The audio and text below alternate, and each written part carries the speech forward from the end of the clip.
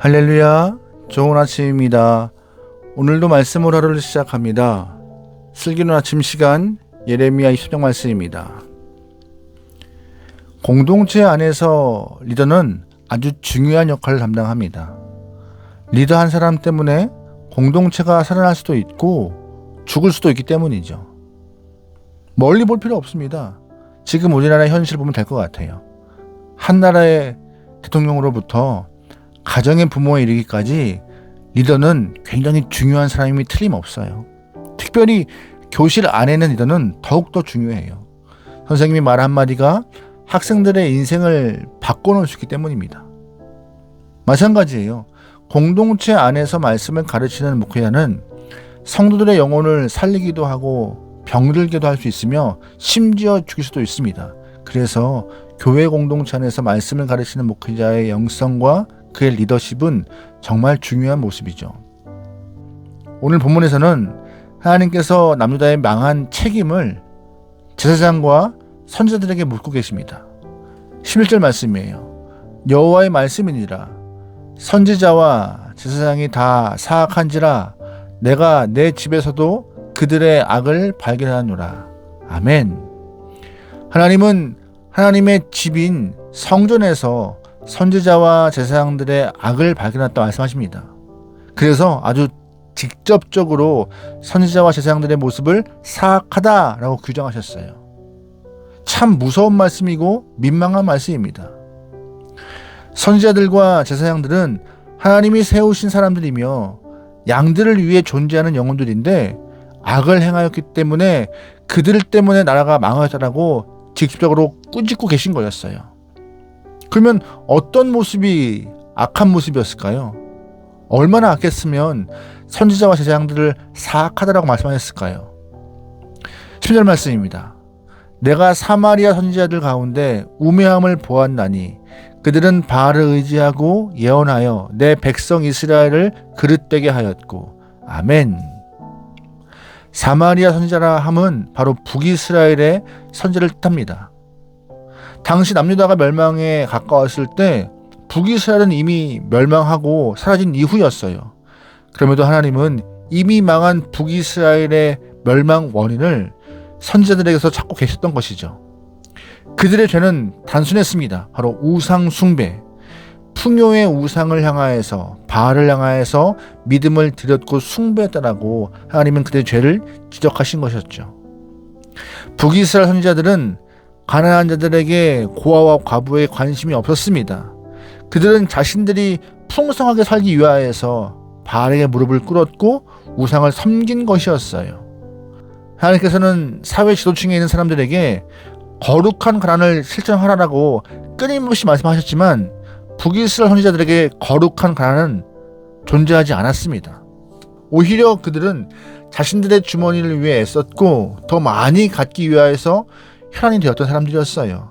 그래서 하나님은 욕심과 욕망으로 가득한 선지자들의 죄 때문에 북이스라엘이 망했다라고 그들을 꾸짖고 계셨던 것이었어요. 그렇다면 남유다의 제사장들과 선지자들은 어떠한 삶을 살았을까요? 좀 달랐을까요? 10절 말씀입니다.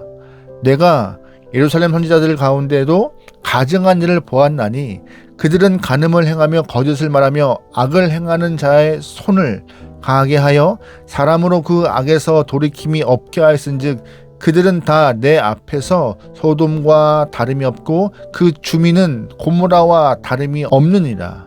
아멘. 간음과 거짓, 악을 행하는 자들이 바로 남유다의 선지자들이었습니다. 한마디로 구별된 삶을 살지 못했다는 것이죠. 간음하고 거짓을 말하고 악을 행하는 것은 일반 백성들도 해서는 안 될 일인데 오히려 백성들의 죄를 지적하고 회개하고 돌아오도록 해야 하는 영혼들이 하나님께서 기름 부어 세운 사람들의 죄가 백성들의 삶에 흘러들어가서 남유다 영혼들을 어지럽히고 죄의 뿌리가 되었다라고 하나님은 책망하셨던 것입니다. 그래서 하나님은 북이스라엘과 남유다의 영적 지도자들의 죄를 이렇게 말씀하셨어요. 15절이에요. 그러므로 만군의 여호와께서 선지자에 대하여 이와 같이 말씀하시니라. 보라 내가 그들에게 쑥을 먹이며 독한 물을 마시게 하리니 이는 사악이 예루살렘 선지자들로부터 나와서 온 땅에 퍼짐이라 하시니라. 아멘.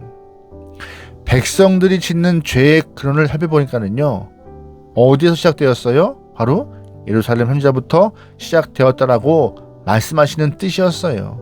얼마나 참담하고 얼마나 무서운 말씀입니까? 그런데 안타까운 것은 본문의 이야기가 수천 년 전에 일어났던 일이 아닙니다. 오늘 이 시대를 봐도 영적 지도자라 불리는 사람들로부터 죄가 흘러나오는 것을 볼 수 있어요. 이것이 오늘 이 시대의 교회 모습입니다. 여러분, 대형교회는 대형교회 역할이 있고 중형교회, 소형교회, 작은 가정교회도 그 나름의 교회로서의 역할이 있음에도 불구하고 교회가 그 역할을 감당하지 못하고 사회적으로 지탄을 많이 받고 있는 교회가 많아요. 왜 그래요? 교회가 자신들의 배를 불리기 위해서만 노력하고 있으며 사회적 약자나 교회 공동체 안에 있는 가난한 자들의 눈물을 닦아주지 않기 때문이에요. 그런 일에 관심이 없기 때문에 교회가 지탄받고 있는 것입니다. 목회자는 방관하고 자신들의 주머니를 늘리게만 혈안되어 있기 때문에 사람들이 교회를 향하여서 손가락질하는 것입니다. 하나님이 오늘 이 시대의 교회를 보시고 어떻게 말씀하실까요? 이 시대의 영적 지도자들이 죄가 흘러들어서 백성들의 죄를 넘치게 하였다면 하나님이 가만히 계셨겠습니까? 이 시대의 영적 지도자들의 죄가 흘러들어가서 백성들의 죄를 넘치게 하였으니 내가 가만두지 않겠다라고 하나님은 말씀하셨어요. 29절이에요. 여호와의 말씀이니라. 내 말이 불 같지 아니하냐? 바위를 쳐서 부스러뜨리는 방망이 같지 아니하냐? 여호와의 말씀이라. 그러므로 보라, 서로 내 말을 도둑질하는 선지자들을 내가 치리라. 아멘. 하나님께서는 구별되지 못한 삶, 악을 행하는 선지자를 향하여서 내 말을 도둑질한다라고 말씀하시면서 그들을 치실 거라 약속하셨어요. 하나님의 말씀이 분명히 있음에도 불구하고 그 말씀을 가르치지 않고 자신에게 불리한 말씀은 빼고 자신에게 유리한 말씀만 따집기 위해서 전하고 있는 선지자들을 가만히 두실 리가 없는 것이죠. 이럴 때 드는 생각은요, 아니 하나님이 선지자를 혼내시면 양들은 누가 돌보지? 라는 의문이 생길 수 있습니다. 하나님께서 영적 지도자들을 치시면 양들은 어떻게 되는 건가요? 양떼들은 목자 없는 양이 되어서 방황할 것입니다. 그러나 양떼를 염려할 필요가 없습니다. 왜요? 3절 말씀입니다. 내가 내 양떼에 남은 것을 그 몰려갔던 모든 지방에서 모아 다시 그 우리로 돌아오게 하리니 그들의 생육이 번성할 것이며 내가 그들을 기르는 목자들을 그들 위에 세우리니 그들이 다시는 두려워하거니와 놀라거나 잃어버리지 아니하리라. 여호와의 말씀이니라. 아멘. 하나님이 직접 돌보신대요. 하나님의 관심은 양떼들에게 있는 것입니다. 하나님은 어떤 일이 있어도 자녀들이 굶거나 양들이 방황하는 것을 내버려 두지 않으시는 분이세요.